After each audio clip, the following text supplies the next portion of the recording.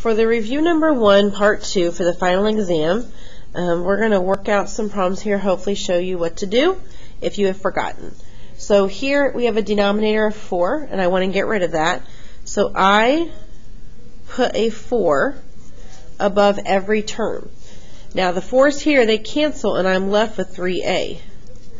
But since these are not fractions, I multiply. So 4 times negative 6 is a negative 24. And 4 times 0 is 0. So now I just need to add 24 and 3a equals 0 plus 24 is 24. I divide by 3 and a is 8. So that would be letter B. Okay, in number 2 I would need to distribute first. So 2 times 4x is 8x. 2 times negative 1 is negative 2. Then I bring the x over here. So I would subtract the 10x. Get those x's together. And 8 minus 10 is negative 2x. Then I would add the 2. And negative 2x is 6. Divide by negative 2, and we get a negative 3, which is letter B. Okay, in number 3, we have a common denominator of 3. So since it's the same number, I'm going to write that number above every term. So here, because it's a fraction, they cancel, and we're left with x or 1x. Since this is not a fraction, we multiply these, so that's going to be 6. Okay, again, we have the same number there, so they cancel, and we're left with 4x. And then we multiply, and we get 27. So as we've done in class, we move the x over. So I'm going to subtract that 4x to the 1x. And this gives me negative 3x plus 6 equals 27. I subtract 6 and get negative 3x equals 21. Now I would need to divide by that negative 3, and x would be negative 7. So that would be A. Number 4. I would need to distribute this problem. So negative 4 times 2 is negative 8x. Negative 4 times 1 is negative 4. Greater than 4. So this is a two-step inequality. So I would add the 4. And that would be 8. Then I divide by negative 8 and get negative 1. But I divided by a negative number, which means I have to flip that to be less than. So that matches letter B.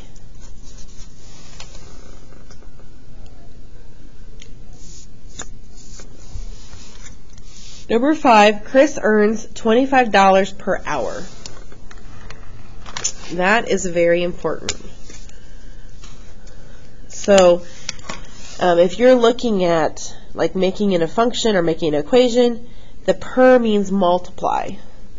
It says to use P for his pay and H for the hours he works. What is a function rule that represents the situation?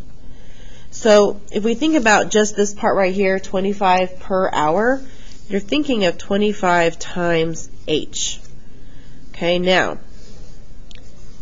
his pay based on the hours he works equals 25 times H. So that would have to be letter D. Okay, my biggest tip to you is to figure out what this looks like in the equation, and that's going to help you select the correct choice. So 25 times H, just like that there. Okay, number 6, it says find the domain in the range of the relation. So the domain, that was your x values, and the range is your y values. So if I look at my x's, we have 0, 5, 8, 6. And we usually write them in order of least to greatest, but we don't have to. But in this case, I believe they are. So they are 0, 5, 6, 8. And then our range is the y values. So -4, -1, 2, and 3. Yeah. So that would have to be D. And then for number 7, for what value of x is the value of f of x equals 3x minus 4 equal to 11? So this right here, it goes in for f of x.